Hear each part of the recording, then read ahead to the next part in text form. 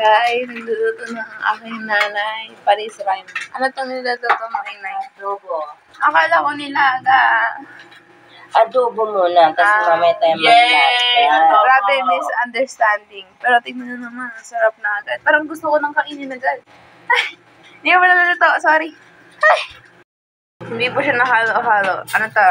Unmixed adobo. Grabe, magutom din kayo. Nagugutom na kasi ako eh. Ah, napangapang ang nanay ko. Grabe. Haluin natin muna para yung kanyang lasa. Naku, pinaikot-ikot yung baboy. Diba? Maraming ang Paikot-ikot? napapaikot. Kaya dapat mag-isip din. So, Pag kayo naman ay pinapaikot, aba, nahilo kayo, maupo muna. triangle kayo. Kayo puro circle. Oo nga. Oh? Ang sarap naman yan! Gusto ko mas maraming toyo. Baka kayo makakuha ng maraming star. Hi, star! Yan. Takpan na natin mga Oh, nag-disappear yung... guys. Nag-disappear yung... Wala na tayong Okay. adobo. Ha! Ayan. Ngayon, araw ng linggo, ayan, tayo ay nagluluto. Ayan. Nagluluto tayo ng masarap na rice. At masarap na adobo. Easy.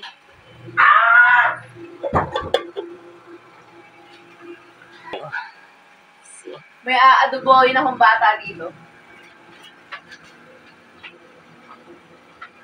Ayan. Kailangan natin magluto at tanghali na. Adobo. Bango. Ayan ang aming favorite na adobo.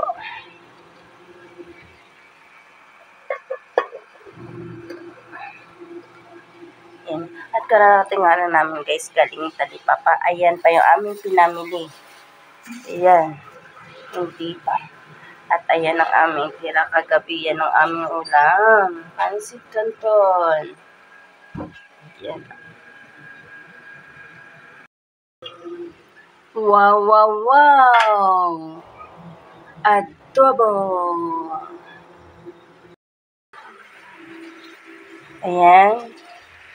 Ayan na guys, ang ating adobo. Oy. Yes. Masarap ang ating adobo guys. Ayan. Ayan, nagmamantika na siya guys. Ayan, kailangan magmantika ang adobo. Masarap yan. Sarap.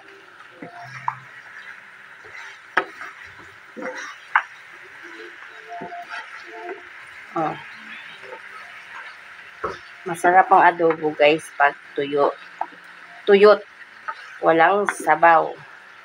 Para talagang yung lasa niya ay sumisiksik sa laman sa ating adobo.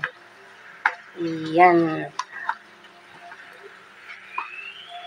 Masarap na adobo guys. Iyan o. You see that guys? So yummy, yummy, yummy. Happy tummy na naman. Ayan. See? Sarap. Adobong baboy na pinatuyot ang kanyang salsa or sarsa. Yes.